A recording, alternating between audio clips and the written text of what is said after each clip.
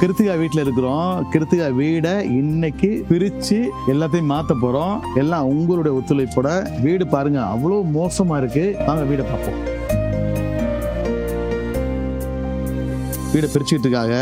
எல்லாமே நடந்துட்டு இருக்கு. இதுக்கு கதவே இல்லை. ஃப்ரெண்ட்லேயும் கதவு இல்லை, இங்கேயும் கதவு இல்லை, பாதுகாப்பே இல்லை. ரொம்ப மோசமா இருந்த இந்த நிலையில தான் இந்த வீடு இருந்துச்சு. நம்மளால முடிஞ்ச உங்களோட ஒத்துழைப்போட இதை கொஞ்சம் மாற்றி அமைப்போம் அப்படின்னு பண்ணிட்டு இருக்கோம். கிருத்திகா வீடை வீடியோல காமிக்கிற போது எவ்வளவு ஆபத்தா இருக்குன்னு சொல்லியிருந்தோம்ல. கீழே எல்லாம் பாத்தீங்கன்னா புத்தா இருக்கு, பாம்பெல்லாம் வரும்னு. இதுவரை பாம்பெல்லாம் வரல போல இருக்கு, பரவாயில்லையே அப்படின்னு நினைச்சிட்டு இருந்தோம். சுத்தம் பண்ற போது இங்க பத்தியா பாம்பு செத்து அது ஒவ்வொரு இடுக்குகளையும் பாம்பு இருக்கு. நிறைய பாம்போடைய அந்த உருவம் கீழே விழுகுது. இது நல்ல பாம்போடைய உருவம் மாதிரி இருக்கு. ஒரு எலி காமிக்கிறோம் பாருங்க.